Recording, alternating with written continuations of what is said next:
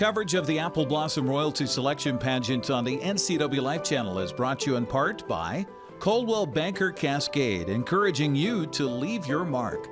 Coldwell Banker Cascade is guiding you home in North Central Washington. All week here on the NCWLIFE channel, we're getting a chance to introduce you to our top 10 candidates for the Apple Blossom Festival's Royalty Selection Pageant coming up on Saturday, February 11th. We have Scarlette Cron joining us now. Scarlette is the daughter of Tobias Cron and Adrienne Andersen. Did I get all that right? Yep. Okay. All right. My job's done. Now it's up to her. Tell us a little bit about yourself. Well, I'm Scarlette. I'm super happy and excited to be here. I've lived in the Wenatchee Valley for my whole life minus 6 months. So I'm super excited to get this opportunity to meet all these people and build all these connections and just represent my valley. I love it here. Very near and dear to my heart. So, well, first of all, congratulations on being in the top 10. Thank you. Yeah, that's pretty awesome. Running Start, you're involved in Running Start. So how hard is that to do Running Start and not lose out on some of your high school experience? Yeah, this is something I think about all the time because being like a kid that went through COVID in high school, I haven't had a full year of high school. It hit my freshman year, in quarantine for freshman and sophomore year, and then junior year I go back, but I go to the college. So junior year I didn't have any classes at the high school, but then I was feeling really like out of the loop. And freshman year I was super involved. I was in the ASB, DECA, FBLA, mock trial, Apple Leaf, the school paper, everything, and so just like really lose that during COVID and then navigate Running Start without that. And I thought I was happy, but it was just like, I really loved the high school. So I applied to be an ASB officer. So I'm the club commissioner at Wenatchee High School now, and that keeps me really involved in the school culture. Clubs are so diverse. I get to talk to all sorts of people from all different little cliques around the school, and it helps me stay connected and feel Good for you. Yeah. Good for you. Why did you decide to run for Apple Blossom? Is that part of that? Kind of. I feel like it was just that, I don't want to feel like I've missed out on anything. You know, I've thought about being an Apple Blossom since I was a little girl. What little girl doesn't see the Apple Blossom princess, be like, oh, I want to do that. But I just couldn't not do it. I love dresses. I love dressing up. I love talking. So it was just all the boxes were checked there. Now, I didn't see in your bio if you have a pet. I do. Okay. Yes. What's the name of your pet? Well, I have 2 dogs and 2 cats. My dogs are Gus and Sophie. My whole heart goes out to these little dogs. One of them is a little dog and one of them is a pit bull. Gus is a little dog, Sophie's a pit bull. And then I have 2 cats, one of which is as old as me, and she has been dying for 2 years now.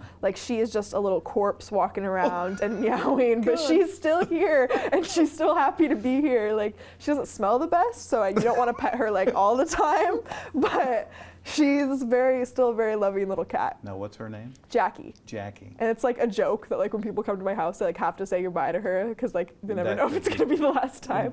But she's been holding on. You say you're into baking and you're into knitting. So do you knit while you're waiting for something to bake in the oven? I often do, yeah.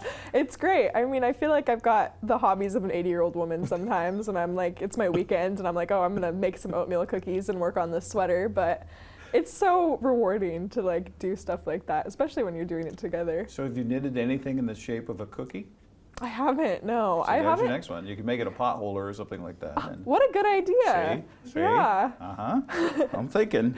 Teenagers, you being one and a representative of the flock here today, do you think teenagers spend too much time on their phones? 100%, yes.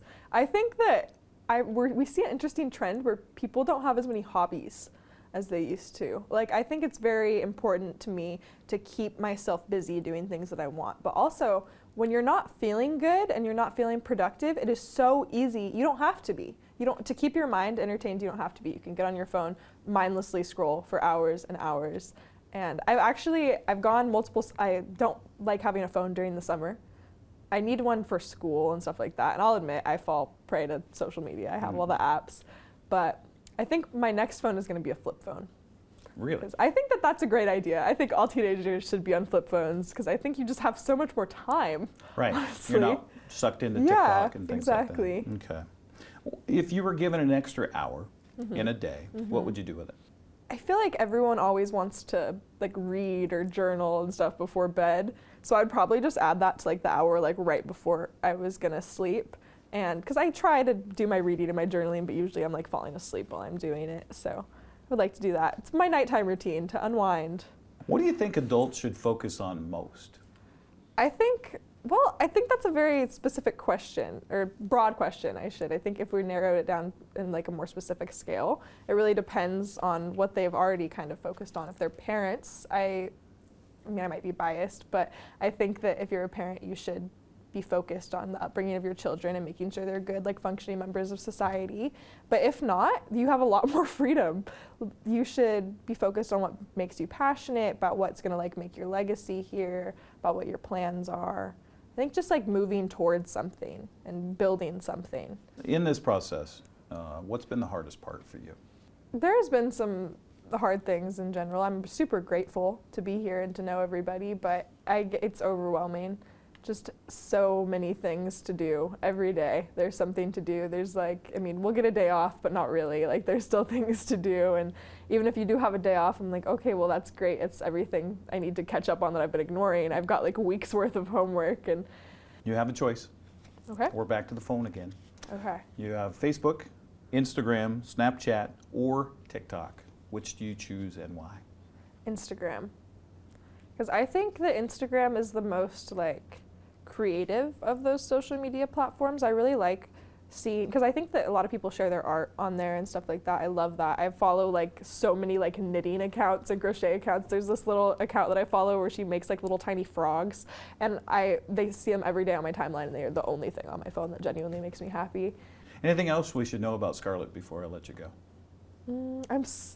I keep reiterating myself, but I'm just super happy to be here, and I had a great time. This is my first time doing something like this. The cameras aren't as scary as I thought they would be. See ya.